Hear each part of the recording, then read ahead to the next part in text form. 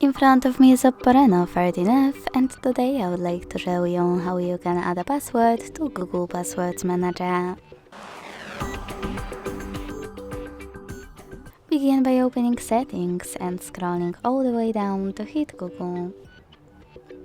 Then tap on All Services to scroll and choose Autofill with Google. Now hit Continue. Choose Google Password Manager and select Passwords here to tap on Add Password.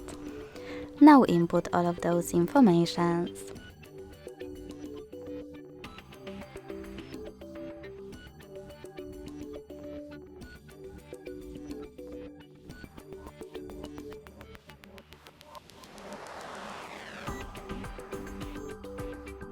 When you're ready to save them, hit Save at the top right corner and wait.